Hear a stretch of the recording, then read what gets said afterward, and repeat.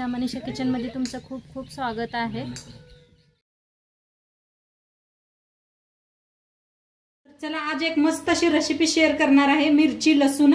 तर त्यासाठी नाही मिरच्या स्वच्छ धुवून अशा मोडून घेतलेल्या आहेत बघा, मोठ्या मोठ्या होत्या तर अशा मोडून घेतलेल्या आहेत मिरच्या। पोपटी मिरच्या आहेत, त्या जास्त तिखटवाल्या नाही त्या। तर सुरू करूया आजची रेसिपी। तर कढईत तेल ओतूया। आता टाकायचे त्याच्यात मिरच्या लसूण दोन्ही बी टाकायचे। आता मिरच्या हलवून भाजून घ्यायच्या, त्याचा डाग पडूस तर।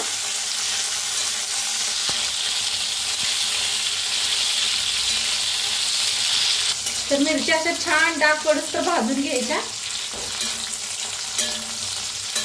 लसूण बी छान असा भाजायला लागलाय बघा, असं दाताखाली आला की नाही खूप छान लागतं या लसूण बी। त्यात असा मोठा मोठाच घातलेला आहे, सोलून कुटून घेतलेला नाही। आता मिरच्या काढून घेऊया एका प्लेटात। लसूण मिरच्या दोन्ही बी काढून घेते।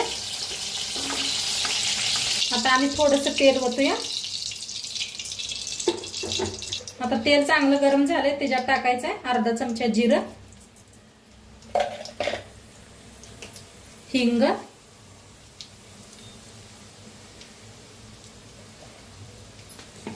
थोडीशी हळद,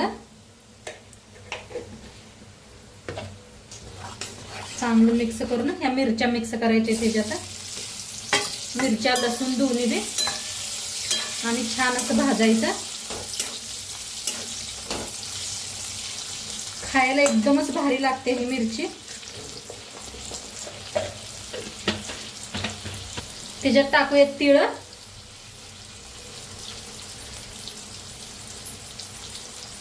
तिळाला बी भाजायचे ज्या संगच।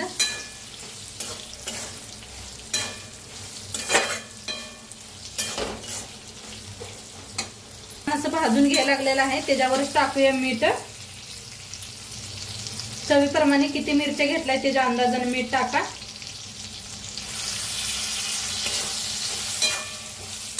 एक नंबरच लागते खायला बरं का, या पद्धतीने केला म्हणजे तोंडाला चव येते।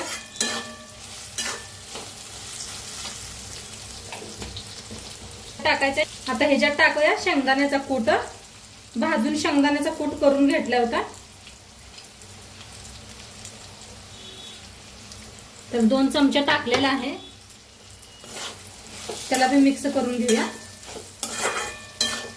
हे पा काय भारी दिसते का नाही, बघताच तोंडाला पाणी सुटणार आहे। मिरची बनते तर छान असं भाजून घ्यायचं।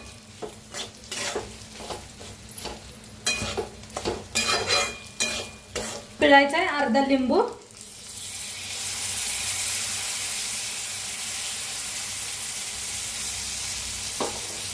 मिक्स करून घ्यायचा।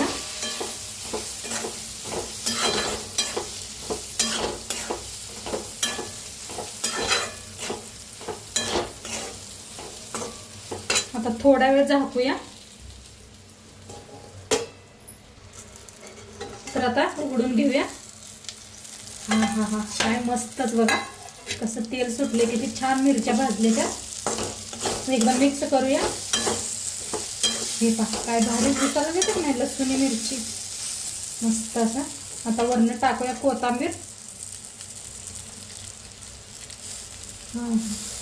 एकदा मिक्स करा आणि खाण्यासाठी रेडी झालेले आहे। तर मस्त अशी मिरची बनवून रेडी झालेली आहे। तर आजचं व्हिडिओ कसं वाटलं सांगा।